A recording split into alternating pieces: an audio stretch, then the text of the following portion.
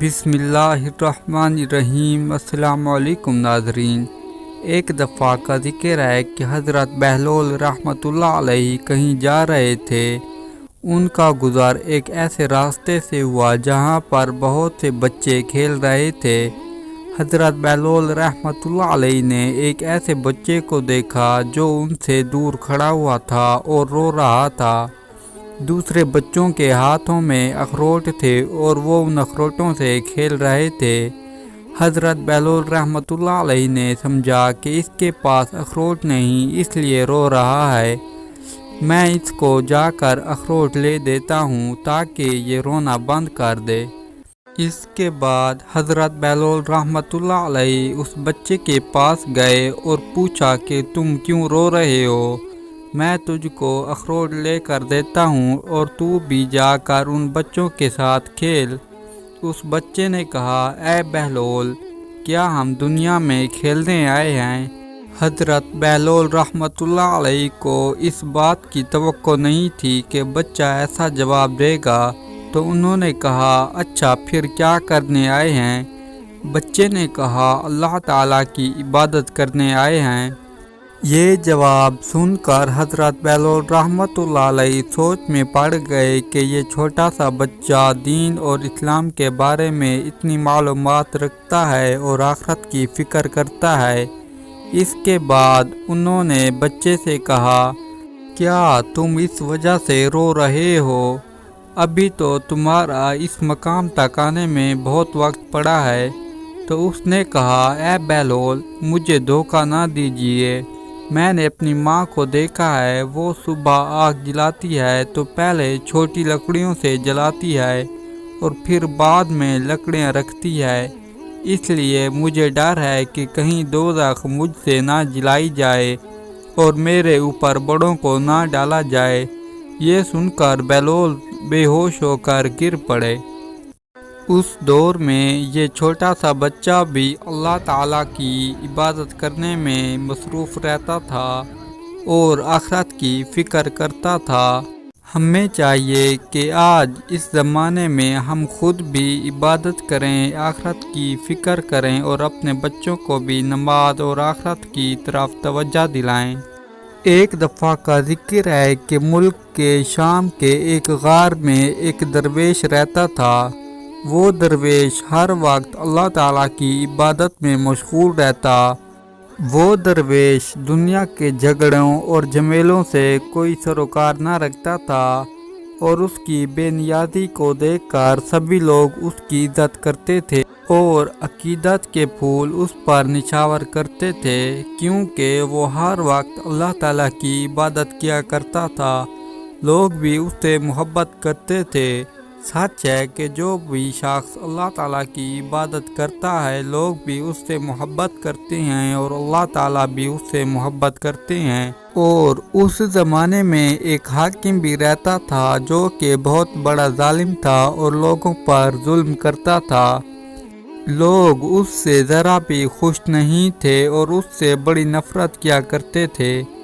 یہ حاکم بھی اس درویش کی زیارت کے لیے جاتا تھا، لیکن وہ کبھی آنکھ اٹھا کر بھی ان کی طرف نہ دیکھتے۔ ایک دن حاکم نے شکایتاً کہا کہ آپ اللہ کے نیک بندے ہیں، میں حاضر ہوتا ہوں، لیکن آپ نفرت سے میری طرف منہ موڑ لیتے ہیں۔ اس حاکم نے کہا کہ مانا میں ملک کا بادشاہ نہیں ہوں، لیکن عزت میں کسی درویش سے تو کم نہیں ہوں۔ میں یہ نہیں کہتا کہ آپ مجھ سے کوئی امتیازی سلوک کریں، تاہم اتنی توقع ضرور کرتا ہوں کہ آپ عام لوگوں جیسا سلوک میرے ساتھ بھی کریں۔ ان درویش نے جواب دیا کہ اے حاکم، کان کھول کر سن لے کہ اللہ تعالیٰ کی مخلوق تیرے ظلم سے ناراض ہے۔ اگر اللہ تعالیٰ کے بندوں کا دشمن ہے تو تو میرا بھی دشمن ہے، اور میں اللہ تعالیٰ کا دوست بننا چاہتا ہوں، اور اللہ تعالیٰ تجھ سے ناراض ہیں۔ میں کیسے اللہ تعالیٰ کے دشمن کو اپنا دوست بنا سکتا ہوں؟ وہ درویش اس حاکم سے سخت ناراض ہوئے اور تنقید کرنے لگے۔ اس کے بعد انہوں نے ناراض ہو کر اس ظالم بادشاہ سے کہا کہ یہاں سے چلا جا، اور احسان اور رحم کر لوگوں پر تاکہ اللہ تعالیٰ کے بندے تیرے حق میں دعا کریں۔ ان درویش نے اس ظالم بادشاہ کو بہت سی نصیحتیں کی اور کہا کہ اے ظالم بادشاہ، چھوٹوں پر زور نہ دکھا کیونکہ زمانہ ایک حالت میں نہیں رہے گا۔ ان کے کہنے کا مقصد یہ تھا کہ اگر تو ظلم کرتا رہے گا تو اس دنیا میں بھی اللہ تعالیٰ کی ناراضگی کا سبب بنے گا اور آخرت میں اس ناراضگی کے باعث سزا پائے گا۔ ان درویش نے اس ظالم حکمران سے کہا کہ لوگوں کو نہ ستا، اگر تو گر پڑا تو لاچار ہو جائے گا۔ ایک دفعہ کا ذکر ہے کہ ایک سائل بڑی امیدیں لے کر حضرت نظام الدین رحمۃ اللہ علیہ کے پاس آیا۔ حضرت کے پاس اس وقت سوائے اللہ کے نام کے علاوہ کچھ نہ تھا۔ سائل کو خالی ہاتھ واپس لوٹا کر انہیں اچھا نہ لگا، چنانچہ انہوں نے اپنے جوتے اس سائل کو دے دیے۔ سائل چلا گیا۔ راستے میں ایک سرائے ملی، اس سائل نے وہاں قیام کیا۔ اس وقت امیر خسرو رحمۃ اللہ علیہ تجارت کر کے لوٹ رہے تھے، خوب کمایا تھا، تمام مال و اسباب ساتھ تھا۔ جب معلوم ہوا کہ یہاں ایک سائل ہے جو دہلی سے آیا ہے تو فوراً اس سے ملنے گئے تاکہ اس سے اپنے مرشد کا یعنی حضرت نظام الدین رحمۃ اللہ علیہ کا حال پوچھ سکیں۔ اس فقیر نے اپنی محرومی کی داستان سنائی۔ امیر خسرو تڑپ اٹھے، کہنے لگے یہ جوتے مجھے دے دو اور بدلے میں یہ تمام مال و اسباب لے لو، کیونکہ وہ جوتے ان کے استاد محترم کے تھے۔ سائل حیرت میں پڑ گیا۔ انہوں نے اپنا سب کچھ اسے دے دیا اور حضرت کے جوتے کو اپنے سر پر رکھ کر دہلی پہنچ گئے۔